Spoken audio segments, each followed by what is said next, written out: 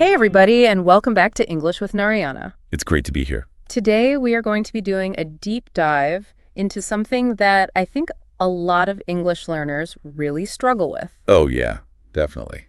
I mean, there's just so much out there. Yeah, and I was actually thinking about this the other day because there are just so many books and apps and websites all claiming that they're the best way to learn English. It's true, and I've seen this time and time again. Learners are so enthusiastic.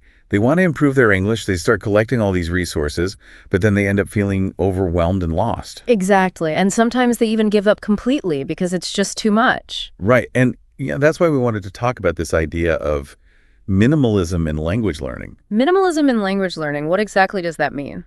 Well, it doesn't mean you have to get rid of everything and only use like one book or one app. Oh, It's more about being really intentional with the resources you choose and focusing on using them effectively. Okay, so it's not about having less, it's about having the right things. I like that.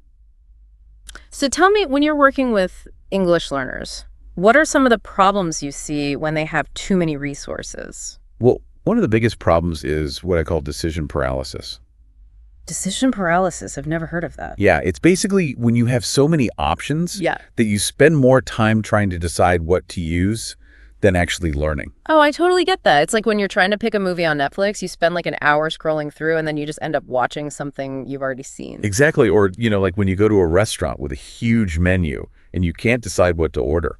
So you're saying that having too many English learning resources can actually slow you down? Absolutely. Because you're constantly switching between different things and you never really dive deep into any one thing. And when you don't dive deep, you don't really learn anything properly. Right. It's like skimming the surface of a pool. You never really get to swim. That's a great analogy. Yeah. So how can we avoid this decision paralysis and actually start learning? Well, the first step is to really think about what you want to achieve with your English learning.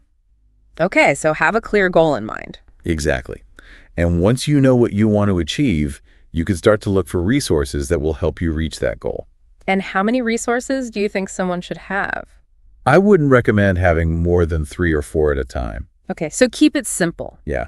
Quality over quantity. So, for example, if someone wants to improve their speaking, what kind of resources would you recommend? Well, they could try an app that lets you practice conversations with an AI, or they could find a language partner to practice with. That's a good idea. And what about listening? For listening, I always recommend podcasts. Podcasts like this one. Exactly. Podcasts are a great way to improve your listening skills because they expose you to different accents and speaking styles. Plus, they're really convenient. You can listen to them anywhere. Right. And there are podcasts on pretty much every topic, so you can definitely find something that interests you. Okay, so we've got speaking and listening covered. What about reading and writing? For reading, I suggest finding books or articles that are at your level and that you find enjoyable. So don't force yourself to read something that you're not interested in. Exactly.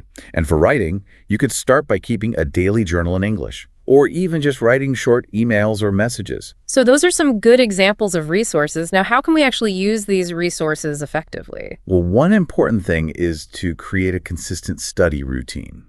A routine, so like starting at the same time every day. Yes, that's a good idea. Yeah. But it's also about having a plan for what you're going to study each day. So you're not just randomly jumping between different resources. Exactly. Have a specific goal for each study session and stick to it.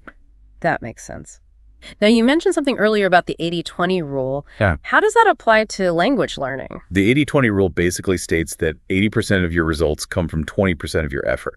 So we should focus on the 20% that really matters. Right. And in language learning, that means focusing on the most common words and grammar structures. So instead of trying to learn every single word in the dictionary, focus on the words that you're most likely to encounter in everyday conversations.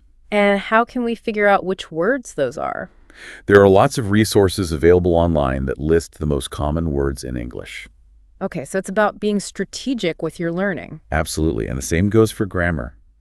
Don't try to learn every single rule. Just focus on the ones that are most important for communication. And how can we make sure that we're actually using the language and not just passively learning it? That's a great question. One way is to prioritize output over input. What does that mean? It means focusing on speaking and writing rather than just listening and reading. So don't be afraid to make mistakes. Exactly.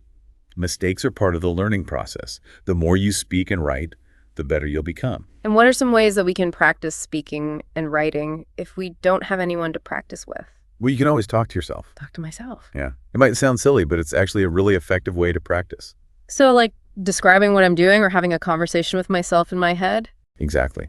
And you can also record yourself speaking and then listen back to it to identify areas where you can improve. That's a great tip. And what about writing? For writing, you can try things like journaling, blogging, or even just writing comments on social media. So the key is to just get those words out there. Exactly. Yeah. The more you use the language, the more comfortable you'll become.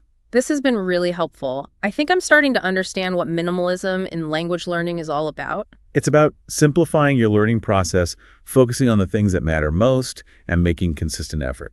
And I think that's something that all English learners can benefit from. Absolutely. Whether you're a beginner or an advanced learner, minimalism can help you achieve your goals. Well, thank you so much for sharing your insights today. This has been a really enlightening deep dive. It was my pleasure. And for all of you listening who are on your own English learning journey, remember to subscribe to English with Narayana for more tips and deep dives. And don't forget to leave a comment below and tell us what your favorite English learning resource is. We would love to hear from you. Keep practicing, and we'll see you next time. Bye for now.